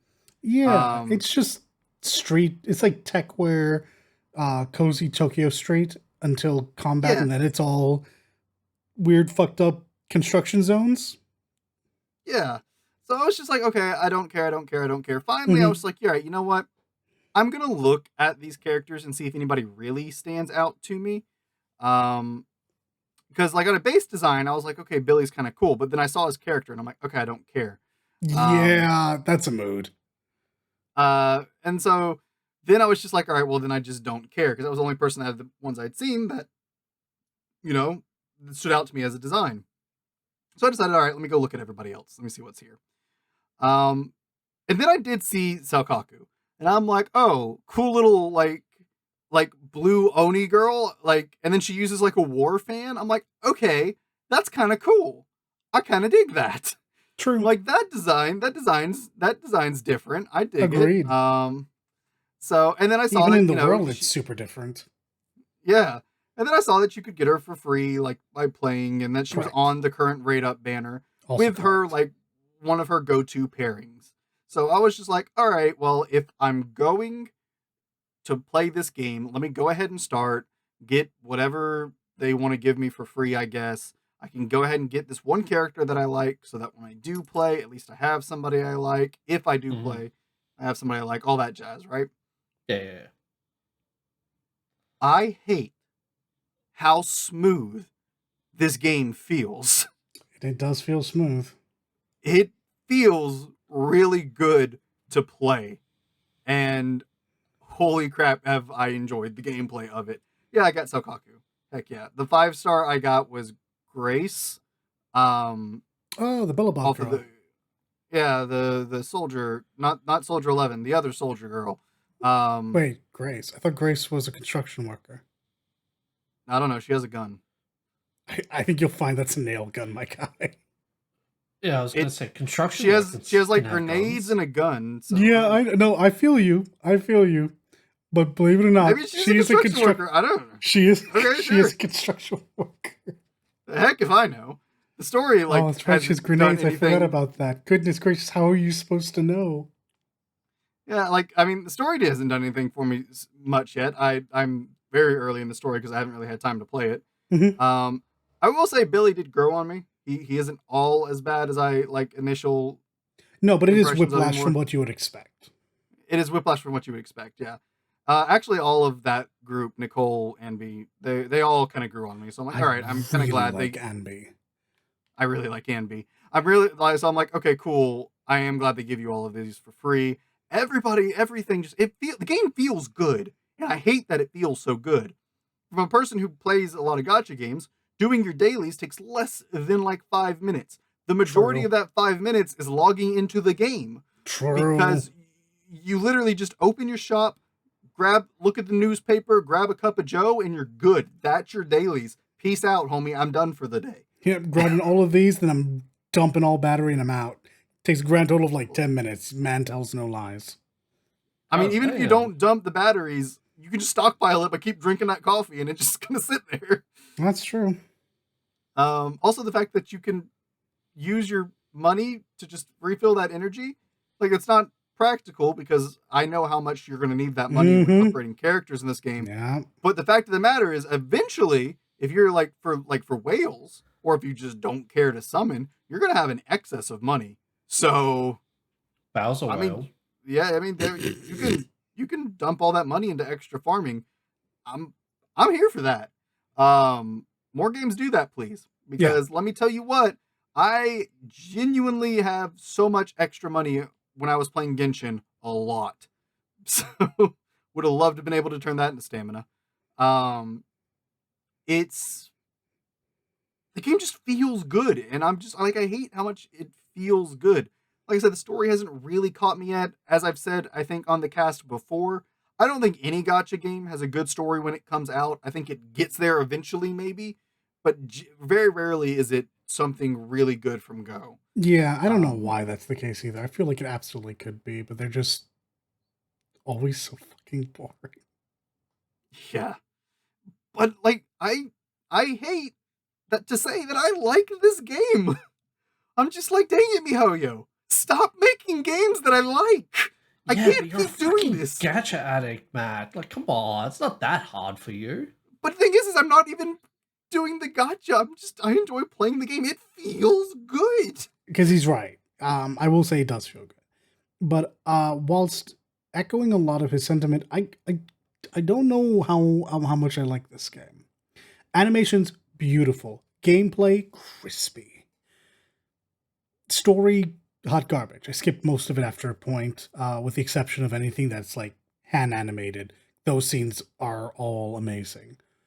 Mm-hmm. Characters, hit and miss. Like, there's a lot of characters I don't care about. Um, and at the end of the day, it's a gotcha.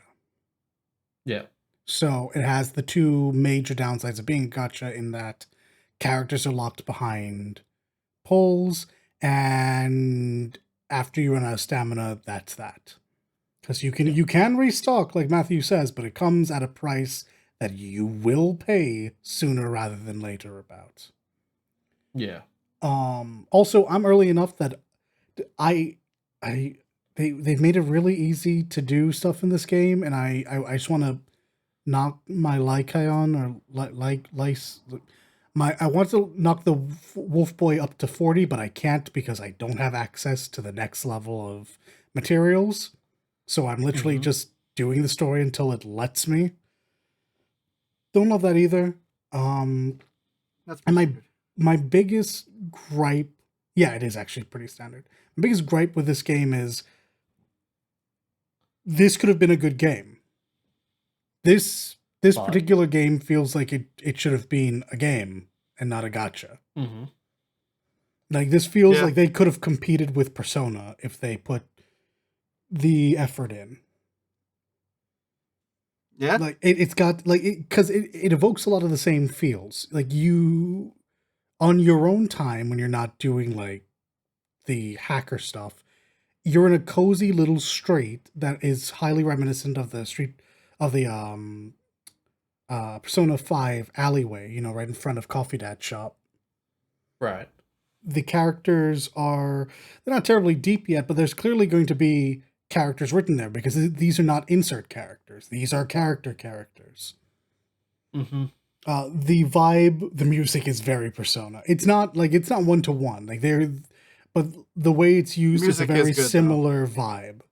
Like, this, more so than Genshin and Star Rail, which feel purpose built for a gacha.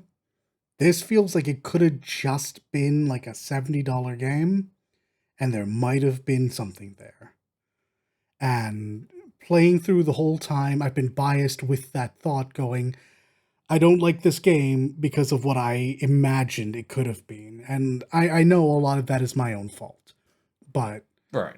like, MiHoYo has 3 other gachas going. It'd be nice if they put out a real game to, drum up interest in the company outside of the 3 other Yeah. gotchas that they're trying to milk the same community for multiple times. I'm just Yeah, saying, but diversify your income. Put out a couple $60 games. Granblue did. but I mean, 60 that's bucks side games games, though. They're doesn't sell smart. as Yeah, well I as know. gacha in the long run. That's why they fucking do it. No, and you're right. You're right. A, the game doesn't last as long, so they would have to make a new one in order to start that income in again. And B, you're just not going to get as much money as you from a gacha. But I mean, come on, man. Even for the story that we Yeah. have thus far, just the vision story, you have the cunning hairs. Give us the cunning hairs, and I don't know, maybe the butler and maid folk. They seem to be exceptionally popular. Give them a Mhm. bunch of customization that you have to pay for, and then do DLC stories. Like, there is a path here, and it frustrates me because unlike previous games where I accepted it as a gotcha, I just see the pathway to a game here because I can so readily identify what they've blatantly stolen from Atlas. Yeah. Yeah. So I do have a praise and complaint wrapped into one about this game, and I've mentioned this to Dollop before, um, and that's the player character, like the main character, Oh, okay. I don't get the because in same this vibes one, you do, which is interesting. well, nobody's gonna get the same vibes I do. My brain is polluted by Japanese manga and anime. At least you know. I 100% know nobody's gonna get the vibes I get. But my praise and complaint is, you pick whichever one you want, whether Mhm. it be Weil or Bell, um, and then they're both there. These are two existing characters. You can't change their name. Yes. This is them. They play a role. They are a part of the story. Their existing characters have their own like character type and everything, right? They're there, and they're great. I love them both. There's like one thing really early on that whichever one you pick kind of quote unquote cements them as the main character. I feel like they could have swung that to where it was both of them, and they could have done a thing to let you just switch back and forth between which one you're running around as, and I think that would have been better Hmm. than really picking just one of them, because they are interchangeable because you can pick whichever one you want, and their roles in the story doesn't change really at all, because the only difference is who's sitting at the computer when you're doing the missions. Right. Right. Like that's the only difference. And then the who's technically registered as the owner of the AI. And then I like realistically you could make them both the owner of the AI and switch back I'm and forth. surprised they didn't, to be honest. I really feel like that was the direction they were intending to go. Based off that cutscene, even when the AI activates. It just Hmm. kind of looks like that. So it's just like, why can't you do that? Because it just feels it would feel, I think it would be better if you could. Because I think both of them are really cool and they fit in so well. But I do love that regardless of which one you pick, they're both there. They're both existing characters. They're both playing a part in the story. I love it. It's cool. I like them both. I like both of them more than I do most of the characters in the game, honestly. Like just like of the Um, like the characters, because I haven't it's hard really not to. interacted with them. Yeah, but Yeah. even like I imagine I'm not further than you, but just the way that we interact with so many other characters seems so shallow by comparison. Um, we have like these characters we're always going to have the most investment in because whilst we're not meant to project into them, they're the point of view. They are the mechanism by which anything else happens for the story anyway. Mm-hmm. Speaking of, I think the story is hot garbage. Like I said before, I got about a third of the way through, maybe half of the way through chapter one before going, no, I'm good. I'm still in Yeah. chapter one technically, so So I yeah, have we're not had time probably to we're play. probably honestly at about the same standpoint. Yeah, but I am going through the story still because I know eventually, like any gotcha game, it has the potential of being really good. So Yes, I know a lot of people don't like the story and think of it and think this is going to be like the worst of the grouping. I think that's probably mostly going to come down to taste in 2 months' time, maybe six yeah, months' time, whenever the story ramps. Um, Hmm. but 2.0 will be the make or break on the story. yeah, but like the story that they're telling is well, I think a lot of people are so used to fantasy they don't like this because it's sci-fi, but not like super far flung sci-fi. It's like very near future sci-fi type of stuff. Yeah, I think it's just a taste thing in that regard because the actual thing we didn't, at least again in chapter one, I kind of dug. Felt it was fine. It was just boring, but like the idea is fine. Like there's, I don't find the writing to be, sorry, I don't find the narrative to be bad. I find the writing to be long fucking winded for no reason though. Yeah. Okay. um, you now was there something specific about the game that you haven't already mentioned that you I want to hate the talk about? TV section. Okay, Oh. that was a very common point from all of the betas, Yeah, from what I hear. I I knew this complaint going into it because it's what everyone has said. I didn't know what they meant by it, and I was like, I'm sure people are being ridiculous. I get into them like, this is not engaging. It's not hard.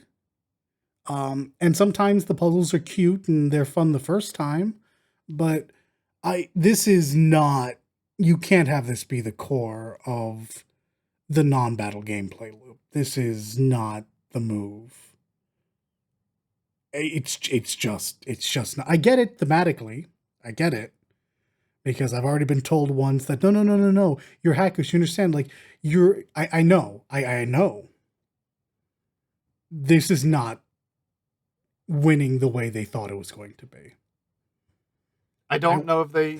I don't see how they thought it was either. After all of the betas, every time everybody was like, "Yeah, this isn't it, dog. Don't do it." Like everybody like was, it was pretty unanimous with every beta. yeah. This is. I would rather this was just a closer 1-to-1 with Honkai Impact Third, where it's like that in the in the battle segments, you'll be in an arena, you'll clear the arena, and you'll walk to the next very obvious arena. The setting isn't the strong suit for battle. It's like I said, it's a direct one-to-one in the thought process as Honkai Impact 3rd, and that game came out. Well, that's their first success. Let that sink in. That was prior to Genshin. But yeah, the proxy segment is just not great. Visually, it's neat, but that wears out its charm so fast because there's only so much you can do. As puzzles, most of the Chapter 1 rooms aren't challenging or, frankly, aren't even really puzzles. And I'm not even sure there are fail states. So there's no tension either. It's just, oh, all right, now I have to go through this in order to get to the fun section again. So I recognize this is not something that could have been taken out without cutting out a big bunch of dialogue from the story, which I'll be honest may not have been the worst thing, and B, cutting out like big chunks of the idea of the game. Like, you spend a lot of time in these. They're not menus, they are screens that denote gameplay, and they're just not very appealing. They need to do something with it, but I don't know if there is anything they can do with it. I genuinely, aside from phase it out as the story goes on and make the proxy work done through the Bang Boos in game. By the way, I fucking love the name for Bang Boos. Bang Boos! Now, granted, I've made this joke 3 times. I will continue making this joke. It sounds like it sounds like a friend with benefits, and I will be using that term to replace friends with benefits because Bang Boo is just so cute. It's what it sounds like. I was not expecting that whatsoever. I mean, I can totally see it. Like, you're banging your boo. I get you. The moment Aqua said, yeah. No, the little teddy bears, they're called Bang Boos. Me and Lee, we broke down. It was just we had the same thought because apparently me and Lee, we share a brain cell. I mean, yeah. So we're like, I'm sorry. I can no longer take that seriously. But back on topic. Going forward, back on topic. If you want to remove the television segments, I think you just have to make it so the Bang Boo that's in the hollow with the splunkers, I forget what they're actually called, void divers, hollow divers. Hollow divers, hollow raiders. Hollow raiders, thank you. The Bang Boo that's in the hollow with the raiders has to like do stuff, but even then at that point you should just be controlling your raiders as they run around, and it's still, I don't know what to tell you. You had an idea, you thought it was good, no one agreed with you. So sorry. And they told you that multiple times. So sorry. But the issue is, and I think the real reason why I'm so hostile towards the game, besides it being a gotcha when I feel like it could have been a different game and been better, is this. And this is half the game. And therefore, because I dislike this so much, I'm not sure I even like this game. Something that I should have brought up at the beginning. Well, I've only played it for a day. Oh, okay. Like, I have not been here very long. So I don't know how long I'll be here. The only reason I'm currently here, the reason why I picked this game up to begin with, is because Aqua pointed out that the voiceover studio working on the English dub is Sound Cadence Studio. That's Amber Studio. Gotta support my bud. Have to support my friend. I didn't even know she was a part of this. I think that would have made me support it just because I love her work. So yeah. I'm like, yeah. Amber's great. Amber is delightful, and I hope she continues seeing success. And I haven't looked this up. I was told she was also the director on this, which would be surprising. God, she's got so far so quick. But yeah, I want to support my friend. I don't know if I can on this one. This game is not for me. But I'll it do it kills for you. Don't yeah. worry. No, and you might have to. And it kills me because A, I got the thirst trap that everyone wanted. I'm so sorry I stole someone's luck. And B, I think the combat's great. I like this more than I like Woo-Wah's. I think Woo-Wah's is more technically I think it's technically better. Like the depth you can get out of that is way higher. Yeah. But this is so fast and so smooth that I do prefer it. I think the only combat I prefer more at the moment is from Punishing Grey Raven. Yeah. I think, yeah, like in terms of depth, Kuro's games definitely go far more in depth, Yeah. WooWa and PGR. Um, And a lot 'Cause of my I've issues been with playing Woo might PGR. actually just be being blindsided by the parts I don't like. It might not have anything to do with the combat, but Yeah. Mhm. Like those games definitely feel very in depth, and like there's a lot more going on with that combat, I think. Mhm. But I think part of the charm to ZZZ is the simplicity of the combat and just how it feels, how it meshes together. Yes, I Because agree. it's not like with PGR you have, you know, three different types of pings. You have how those pings work, how each of those pings works for a character. There are any innate like passives, how those Mhm. work, how the order you want to ping, like parrying. You have all of this stuff going on. There's a lot going on with PGR, which makes the game very fun. It makes it very like, you know, you're in the game. Um, but with this, it's like it's very like the systems are for the most part very simple and straightforward, but they just flow so well. Yeah, it's It's something that just so enjoyable. I think how I speak about this is how they wanted me to feel about Genshin, and I just never did.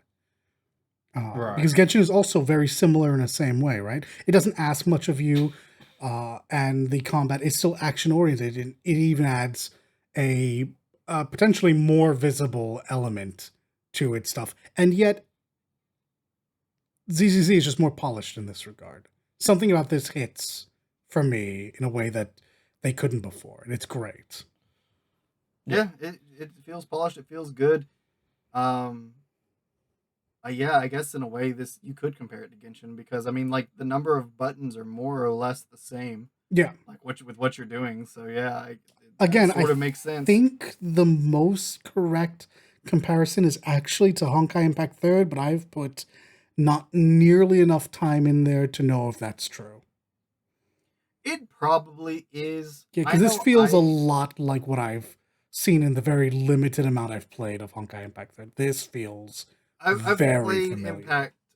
I've played Impact Third a decent bit, but I played it enough to know that I don't enjoy the combat in that game. Yeah, same. Like it's not for me. Whereas this feels really good, and like when I saw combat for this before, like early on in the betas and things like that, that's the comparison I made. It kind of seems like a newer, polished up Impact Third. So I Agreed. won't like it because I don't like Impact Third. But lo and Surprise. behold, it feels good. It's fun, so I like it. Hmm. I it's if I had any quips with the combat, any quips whatsoever, is if you like only like one character, like in terms of playing as them, well, I'm sorry because the game is going to want you to switch off that character a lot and switch a Oh lot yeah. in general. So Yep. you're never really gonna sit on the one character you like you can in like Genshin, so to speak, or Impact Third. So I think there is a slight workaround, and I mean very, very slight to this. Your favorite character has to not be a support type, which is already rough on you, Matthew, because the yes, Oni Okaku's a girl support. is a support type. Yeah, which is why I've been summoning for Ellen to no success. Fair. It's I'll use my team as an example. I pretty much never get off Von Lycon because if he's not on the field, I'm switching to my support, and their ability allows me to auto tag back in my point character, which is Von Lycon.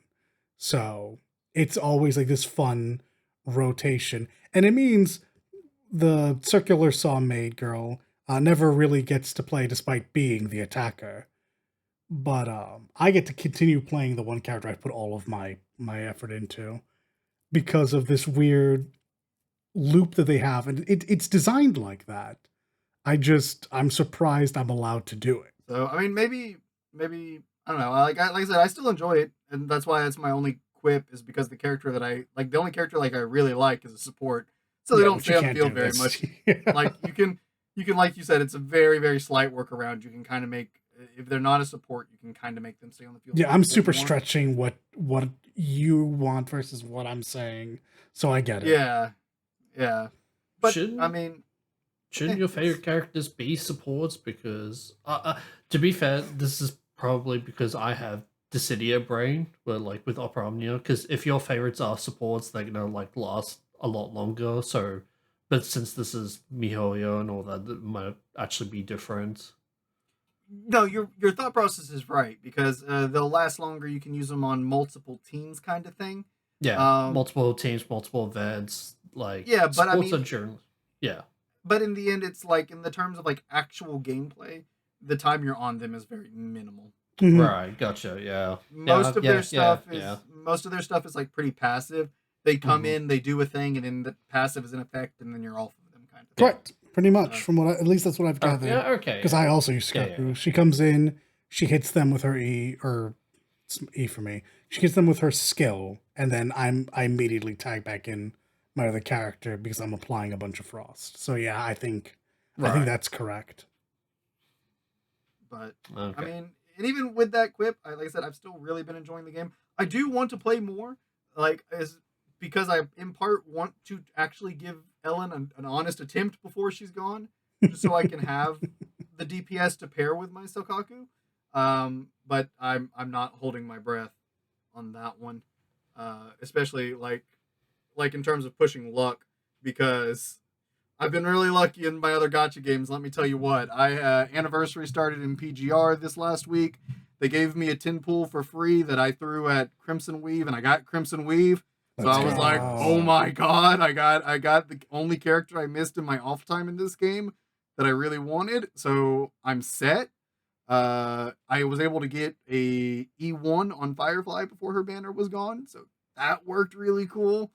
So I hit all my goals there. So my gotcha luck's been pretty solid everywhere else. So I really doubt that I'll be able to get Ellen before she's gone. Yeah, like I No, said, I you'll think get it's it. 5 days and change from time of recording. So hoping for you. I'd like her just to so I Uh, could have like a full ice team, but I used her. I'm not overly in love with her kit. Love her damage, just not overly in love with her kit. I have a quip with her kit, and it comes back to that same complaint of characters not being on the field for a very long time. Like her kit makes it feel like you want her on the field a decent amount of time, but how are you going to do that when you're constantly switching? Right. So, but maybe when you actually have her in like fights, it feels a bit different. But in her playtest zone thing, it really was just like, you want me to do this, but man, I'm switching so fast, I never really get to do anything. Oh, I don't Yeah. remember having that issue too much. I don't know. Probably because Maybe I don't know. I was so focused on. All right, I have to sprint before I do anything.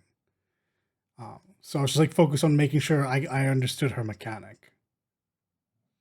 But otherwise, like yeah, I'll unfortunately, MiHoYo's got me. It's another game of theirs that I'm here to play. Uh, that's all I can just do at you, Matt. Is just sigh at you. Yeah, and it aggravates me so much because I'm just like, man, I dialed all. I said this yesterday. I was streaming yesterday and said this when I was chatting with a viewer. I was just like, man, was doing so good. I cut my gotcha games down to like single one, and now I have what 5 again. Goodness, I went from 0 to Uh, 1. You went from 1 to 5. That's It's unfortunate. I'm sorry. yeah, that's a it's whole it's claw though to be fair, dug into your skin, Matt. two of them I don't really play, but I still like log in if there's something interesting on them, like to collect or whatever. So like I don't really play Wuthering Waves or Genshin. I still consider them in my list because when there's free stuff, I log in to get the free stuff, Hmm. and but that's it. And I'm just like, I'm not even doing dailies on those because the style of the game, it wants too much of my time just to do the dailies, and I don't want to give it Yeah. up because I Mhm. Yeah, just yeah, wouldn't yeah. have time. No, I feel that. PGR, I only have to actually log in twice a week to do all my dailies, and like I miss my dailies, right? But I can finish all my weeklies, and that's the big gain in like Right. 2 logins in a week. So I very minimal there. And then ZZZ is, like I said, less than 5 minutes really to do the dailies and you're done. So that's awesome. But if I actually want to play, right? So, and then there's Star Rail, which is, the main thing I play. Yeah. So it is 5, but it's not at the same time, really. Mhm. Because I'm not really playing those. I mean, anniversary is going on with PGR now. So I'm like trying to play a little bit to try and get some uh currency saved up for stuff and whatnot and get free things and whatnot. But and then Star Rail, I'm kind of waiting for next patch already because that's when the next character I'm really excited for is. Even though Jade is super cool. But and since I'm talking about it, I'm gonna throw this in here so it's in an episode, I guess. Next month is the next .0 patch for Genshin. We're going to Natlin. No, you're not. What the fuck? I didn't invite you guys. um I've never been so unexcited for a new region in Genshin. Wow, okay. Fuck you too. I mean, I cleaned my house and everything, but I don't believe you on that. But Oh, wow. uh it's just like I don't know, man. Like none of the characters they've shown have like they now I will admit they had that big trailer that you linked me, Dollet, which was a really good trailer, and that was the only bit of excitement I've had for the new region I'm was gonna from be that one honest. trailer. I looked at the whole trailer and I wasn't interested in anyone, not even the Archon. And she Yeah, should be interesting. The most interesting right. character I saw go about Natlin, and granted, my opinion shouldn't count for much. I've not been interested in Genshin for a long time. The most interesting character in reference to Natlin, because he's not a Natlin character, is Il Capitano. Yeah. I mean, yes. Uh but yeah, that was like the most excitement I got was watching that trailer and I'm like, "Oh, okay, this is a cool trailer. I like the story beats here." But nothing else about this region has interested me. The little bit of like teasers they've been showing have been awful, like in their like live streams You hate to have hear it. been awful. Like the zone itself, the little bit I've seen doesn't look super interesting. I'm definitely going to wait to see the full zone for that, right? Because they're not going to show you really in depth. Because honestly, if you just went off of the pictures they showed, you'd never be able to really judge a zone when they do that. But none of the characters, none of them have super stood out to me. And honestly, I keep seeing things from some of them that just feel very, you don't belong in Genshin to me. Like, you got the one dude who's got the like pixelated dragon thing that's following him around. Ooh. And I'm Fuck. just kind of like, Ooh. why is this in Genshin? This doesn't feel like a Genshin thing. Why is there a little like 2D pixel dragon thing following him around? And his animations have leaked as well, by the way. And in his animations, you get like the like big kabam, like pixelated like comic book stuff when he does one of his attacks. I'm like, why? This doesn't feel like Genshin. This feels like something in like Impact or Star Rail or ZZZ, like something that has a little bit of science fiction to it. Why is it in my fantasy game? And that's not to say there hasn't been like computer-esque digital elements. There were some things in Sumeru that hit that vibe, but the way they did it, it worked really well. And given this character is Dendro, so there you can see that Dendro just has that effect, I guess. But it's just the way it looks is very it's off-putting, disassociative. Um, and then yeah, the Archon, she doesn't look like a Genshin character. Like that outfit does not look like a Genshin character outfit. Natlin looks like a mess, is what it looks like. What was that? It looks like what? It looks like a mess, is what it looks like, and the The Archon kind of is the capstone to that. Yeah. Yeah. Like, I As recognize it she is, had to be a very particular type of character. That's not the issue. No, I recognize it had to be Himiko. That's fine. That's fair. We knew this going into it. At least that's what I had been told. Just a lot it of was the a very prominent guess a lot of people had. yeah, a lot of the looks of this have just been weird.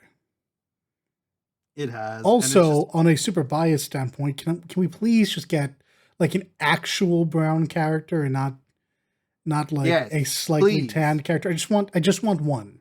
And no, Xinyan Please. doesn't count. She is clearly a fucking Asian character that has just been out in the sun for more than 10 minutes. Like, just give me just one. Just one. I agree. Please. I'm just saying. But yeah, no, I've just been so uninterested in this. But I know I'm on guaranteed with summoning, so I'm basically logging in whenever there's nice things to get for me to log in, which there is right now. So I'm logging in to grab those. Right. And I'm gonna wait for point 1 of the patch when her banner is, and log in. I will use what I have stored up, and if I don't get to her there, I will play through the story and use that, and I will get to her there, and then I will continue to have all the Archons, and I'll be very content until Snezhnaya. Fair.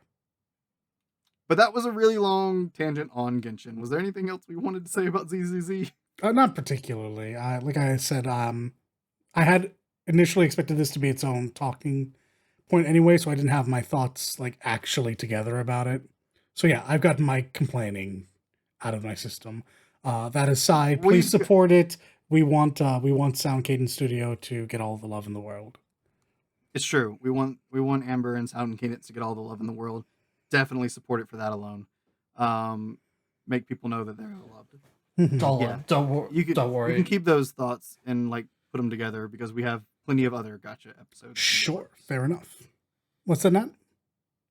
I said, don't worry. You and a shit ton of other girls don't have the thoughts together on ZZZ. God damn it. Leave me alone. I didn't even want to. And yet, here we are by the leash now. But plenty of other gotcha episodes in the works for certain. You won't. Unfortunately, I'm on this cast. You're not gonna not get more gotcha stuff somewhere eventually. So I'm sorry. I hate it too. I don't want to be here, but I'm here and I can't escape. Trust me, I've tried. Unfortunately, some of these games are really fun. That's just the sad truth of it. Yes, I'm looking at you, Star Rail. You are just really fun, and I hate that. I'm looking at other games too, but beside the point. But yeah, anything else you guys want to say before I wrap us up? No, take us home. No. All right. Well, listeners, thank you so much for hanging out with us for this one. It is a longer one. We haven't done one this long in a little bit, so we do really appreciate y'all sitting through and listening, as always, every time. Remember, go follow us on our socials. The links are always in the description. It's at Celestia Radio PD on Twitter.